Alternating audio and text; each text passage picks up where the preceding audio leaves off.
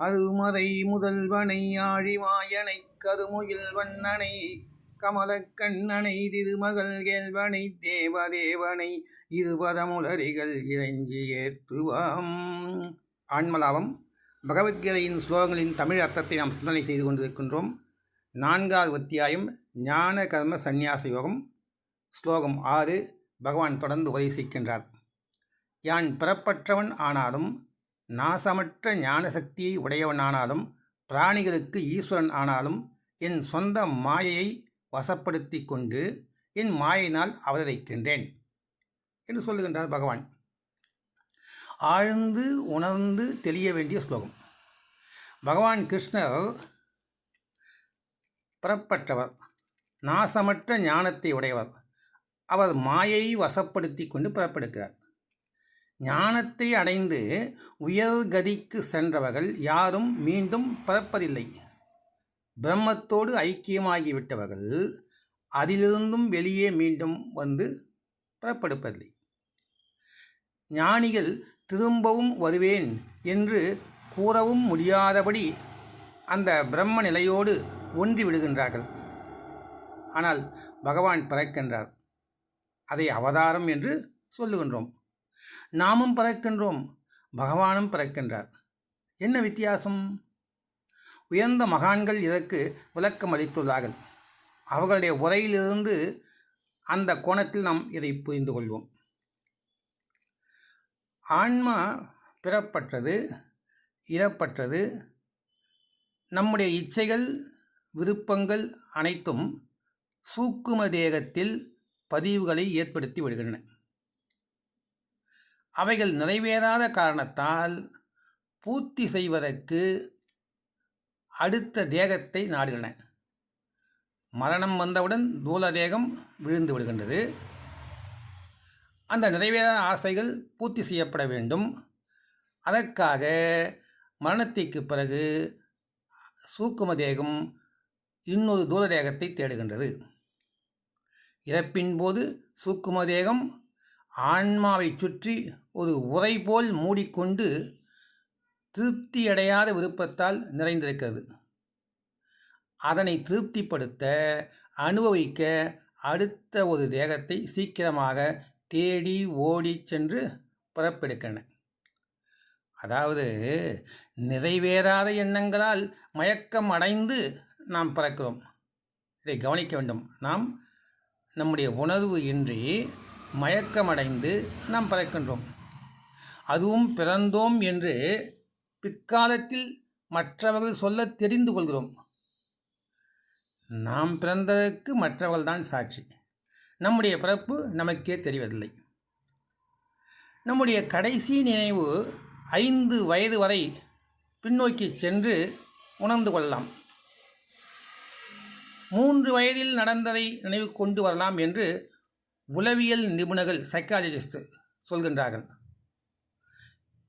திபேத்திய லாமாக்கள் கருவில் இருக்கும் நாளிலிருந்து, நாம் கருவில் இருக்கின்ற பொழுதிருந்தே நினைவுகளை திரும்ப கொண்டு வர கற்று வைத்து கொண்டிருக்கலாம்.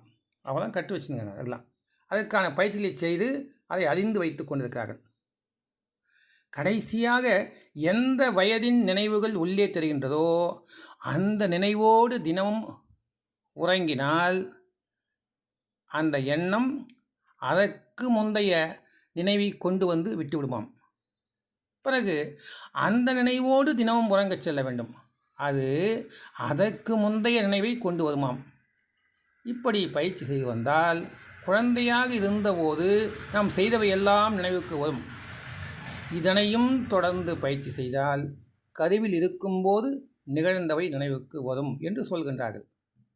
இப்படியே போனால் கருவுக்கு முன்பு முற்பிறவி நினைவுகளும் ஏற்படுமாம். பயிற்சி செய்து அடைந்தவர்கள் சொல்கின்ற வார்த்தை. இப்படி சொல்கிறார்கள். 1990ஆம் ஆண்டு ஏப்ரல் மாதம் 1ஆம் தேதி ஒரு நாள் முழுக்க காலை எழுந்தது முதல் இரவு படுக்கும் வரை என்னென்ன செய்தீர்கள் என்று கேட்டால் சொல்ல முடியுமா? முடிவதில்லை. நினைவுக்கு வருவதில்லை. அந்த நாளில் நாம் இருந்தது உண்மை. ஏதோ செயல்களை செய்திருப்போம், அதுவும் உண்மை, மறந்துவிட்டது. ஆனால் நம்மை ஹிப்னாட்டிசம் மூலம் ஆழ்துயிலில் அழுத்தி உணர்வற்ற மனதை எழுப்பினால் அது வரிசையாக நடந்தவற்றை சொல்லிவிடுமாம்.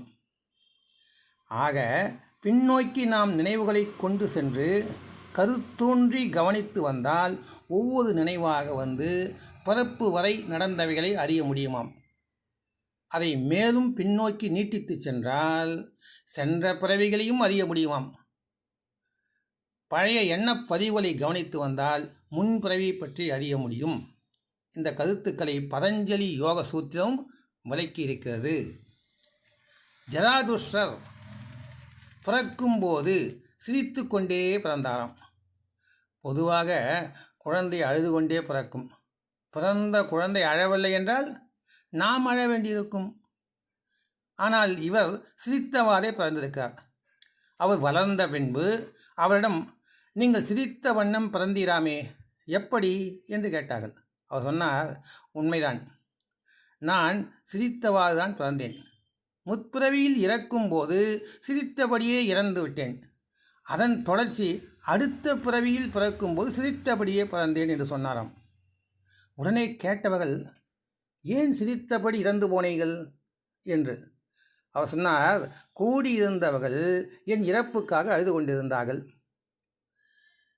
நான், அதாவது ஆன்மா, சாவப்போவதில்லை, எனக்கு பிறப்பும் இறப்பும் இல்லை என்பது எனக்கு நன்றாக தெரியும். சாக முடியாத எனக்காக சாவதாக எண்ணி அழுகின்றார்களே என்று எண்ணினேன். சிரிப்பு வந்தது. அப்படியே தேகம் முடிந்து விட்டது, மரணம் வந்துவிட்டது என்று சொன்னாராம். ஆம், தினமும் உறக்கத்தின் போது கடைசி எண்ணம் காலையில் விழும்போது முதல் எண்ணமாக உதிக்கும். அதாவது உறங்கும்போது கடைசியாக உறக்கம் நம்மை இழுக்கின்ற பொழுது கடைசியாக எந்த எண்ணம் நினைத்தோமோ அது காலையில் முதல் எண்ணமாக வரும். ஆனால் நாம் எந்த எண்ணம் நினைத்தோம் என்று தெரிவதில்லை, அப்படியே தூக்கத்தில் ஆழ்ந்து விடுவோம். அதை போலத்தான் இந்த பிறவியின் நினைவுகளும் கொண்டு வரும். இப்படி முற்பிறவி வரை நினைவுகளை கொண்டு சென்று விட்டால் நாம் இறப்பதும் பிறப்பதும் நமக்கு நன்றாக தெரியும். தேகம்தான் பிறக்கிறது, இறக்கிறது, ஆன்மா பிறப்பு இறப்பு இல்லாது என்று உணரப்பட முடியும். அப்போது மனமயக்கம் ஏற்படாது. பகவான் கிருஷ்ணர் பிறக்கும்போது இந்த பிரஜையோடு மயக்கமின்றி பிறக்கின்றார். தான் பிறக்கிறோம் என்று முழு பிரஜை உணர்வோடு தேகத்தில் இறங்குகின்றார். இதைத்தான் மாயை வசப்படுத்தி கொண்டு என்று பகவான் சொல்கின்றார். நாம் பிறக்கும்போது பிரஜையின்றி பிறக்கிறோம். திருப்தி அடையாத இச்சைகள் நம்மை மயக்கமடைய செய்து பிறக்க வைக்கின்றன. மனமயக்கத்தை அவைகள் கொண்டு வருகின்றன. ஆனால் பகவான் பிரஜை உணர்வோடு இருப்பதால், அவர் மயக்கம் அடையாமல் இருப்பதால் தேகத்தில் இறங்குவதை அவர் அறிந்தே இறங்குகின்றார். இதை நாம் கொஞ்சம் சற்று கவனித்தால் புரிந்துவிடும். அடுத்த ஸ்லோகம், 7வது ஸ்லோகம். பகவான் சொல்கின்றார், பாரதா, எந்தெந்த காலங்களில் தர்மத்திற்கு குறைவும் அதர்மத்திற்கு ஏற்றம் வருமோ அப்போது யான் என்னை சிருஷ்டித்துக் கொள்கின்றேன். 8வது ஸ்லோகம். நல்லோரை பாதுகாத்தற்கும் தீயன செய்வோரை ஒழித்தற்கும் தர்மத்தை நன்கு நிலைநாட்டுவதற்கும் யான் யுகந்தோறும் அவதரிக்கின்றேன். பரித்ராணாய சாதூனாம் விநாசாய ச துஷ்கிருதாம் தர்ம சம்ஸ்தாபனார்த்தாய சம்பவாமி யுகே யுகே. பகவான் கிருஷ்ணரை பற்றிய சொற்பொழிவுகளிலும் பூஜை அறையில் வைக்கும் கண்ணன் உருவ படங்களின் கீழ் எழுதுவதாலும் பாடல்கள், திரைப்படங்கள் மூலமாகவும் இந்த ஸ்லோகம் மிகவும் பிரபலமாக ஆகிவிட்ட ஒன்று. அவதாரம் எப்போது நிகழ்கிறது என்பதை குறிப்பிட்டு பகவான் சொல்லுகின்றார்.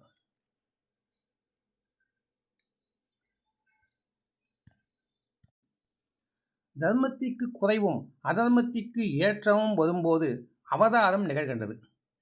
தர்மத்தில் குறைவு ஏற்படுமா? தர்மத்தில் குறை ஏற்பட்டால் அது தர்மமாக இருக்க முடியுமா? தங்கத்திலே குறை இருந்தாலும் தரத்தினில் குறைவதில்லை. கலப்படம் செய்வதால் தங்கத்தில் குறை ஏற்படுவதை தவிர சுத்த தங்கத்தில் குறை ஏற்பட வாய்ப்பில்லை. அதைப்போல தர்மத்திலும் குறை ஏற்படாது. தர்மம் செயல்பட முடியாமல் அதர்மத்தின் கை ஓங்கிவிடலாம். தர்மத்தில் குறையுள்ள தர்மம், குறை இல்லாத தர்மம் என்று எதுவும் கிடையாது. அதர்மம் அதிகமாகி துஷ்டர்கள் நல்லனவற்றை தடுப்பதால் தர்மம் செயல்பட முடியாமல் போய்விடுகிறது. கடுகு சிறுத்தாலும் காரம் போகாது. அதைப்போல தர்மம் இயங்காவிட்டாலும் தர்மம் தர்மமே.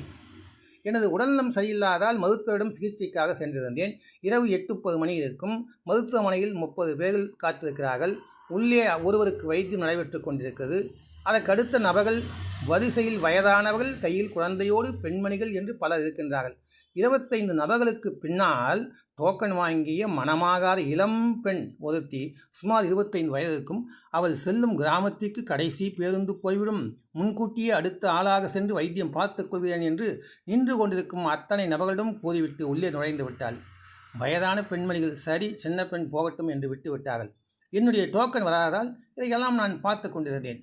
வைத்தியம் முடிந்து வெளியே வந்த பெண் யாருக்கோ செல்போன் மூலம் பேசினாள். ஒரு பையன் மோட்டார் பைக்குடன் வந்தான். அவன் கேட்டான், கூட்டமாக உள்ளதே, நீ இப்போதுதானே வந்தாய், எப்படி வைத்தியம் பார்க்க முடிந்தது என்று கேட்டான். அதற்கு அவளோ, கடைசி பஸ் போய்விடும் என்று பொய் சொல்லி நுழைந்து விட்டதாக கூறிவிட்டு மருத்துவமனையின் வாசலில் 1/2 மணி நேரம் அந்த 2 பேரும் பேசி கொண்டிருக்கிறார்கள். வயதானவள் எல்லோரையும் பொய் சொல்லி ஏமாற்றிவிட்டாள், சுய லாபத்திற்காக. பாருங்கள் என்ன காலம்! தர்மம் நியாயம் என்ன ஆயிற்று? ரேஷன் கடைக்கு வரும்போதெல்லாம் ஒரு பெண் கையில் குழந்தையோடு வருவாள். குழந்தை அழுகிறது என்று காரணம் காட்டி வரிசையில் நிற்பவர்களுடைய பச்சாதாபத்தை பெற்று கடை உள்ளே நேராக சென்று பொருள்களை வாங்கிவிடுவாள். ஒவ்வொரு முறையும் இப்படி நடந்தது. அவள் இடுப்பில் உள்ள குழந்தை அவளுடையது அல்ல. கடைக்கு வரும்போதே வரிசையில் நிற்பதை தவிர்ப்பதற்காக அக்கம்பக்கத்து குழந்தையை தூக்கி கொண்டு வந்து விடுவாள். பல வருடங்களுக்கு முன்னால் பேருந்தில் நடந்த ஒரு நிகழ்ச்சி. ஒரு பெண் ஒரு சீட்டில் தனியாக அமர்ந்திருந்தாள். பக்கத்தில் காலி இடம் இருந்தது. அடுத்த சீட்டிலும் 2 பெண்கள் அமர்ந்திருக்க ஒரு காலி இடம் இருந்தது. உட்கார இடமில்லாமல் பல ஆண்கள் நின்று கொண்டே பயணம் செய்தார்கள். ஒரு ஆண்மகன் துணிந்து அந்த பெண்ணிடம், காலியாக உள்ள அந்த சீட்டில் அடுத்த சீட்டில் சென்று உட்கார்ந்தால் அங்கே 2 ஆண்கள் அமரலாமே என்று கேட்டான். அவ்வளவுதான். அந்த பெண் வாயை திறந்தாலே பார்க்க வேண்டுமே, ஏன் பக்கத்தில் வந்து அமர்ந்தால் குறைந்து போய்விடுவாயா? மேல்நாட்டில் இதெல்லாம் சகஜம், என்னையா இன்னும் அப்படி இருக்குது என்று கேட்டாலே பார்க்கலாம். அந்த பெண் பேசியதை கேட்டு பக்கத்தில் இருந்தவர்கள் வாயடைத்து போய்விட்டார்கள். அவர்கள் பதில் பேசவே இல்லை. அமைதியாக முகத்தை திருப்பி கொண்டு நின்று கொண்டே வந்தார். அந்த பெண் அவர் சொல்லியதை புரிந்து கொண்டு எழுந்து வேறு இடத்தில் அமர்ந்து இடம் கொடுக்கவில்லை. இப்படி எத்தனையோ நிகழ்ச்சிகள் அன்றாட வாழ்வில். அதர்மம் மேலோங்கி தர்மத்தை தடை செய்கிறது. அசுரர்கள் முனிவர்களையும் தவசிகளையும் செயல்பட விடாமல் செய்த காலம் அப்போது. அசுரதி என்று தனி பிரிவின்றி மனிதர்களேயே பலர் அசுரத்தன்மையோடு செயல்படுவது இந்த காலம் இப்போது. தர்மத்திற்கு துணையாக தர்மம் செயல்படவும் அதர்மம் அழியவும் பகவான் அவதரிக்கின்றார். நல்லவர்களை பாதுகாக்கவும் துஷ்டர்களை அழிக்கவும் அவதரிக்கின்றார். அரக்கர் தம்மடங்கும் முனிவரையும் தலையடங்க நிலையடங்க சாய்த்தபோது அவதாரம் புரிகின்றார். தவசிகளுக்கும் முனிவர்களுக்கும் சாதுகளுக்கும் தன்னை காத்து கொள்ள சக்தி இருக்கிறது. சாது மிரண்டால் காடு கொள்ளாதல்லவா? துஷ்டர்களிடமிருந்து பாதுகாத்து கொள்ள முடியும். கஷ்டம் வரும்போது சகித்துக் கொள்வார்கள்.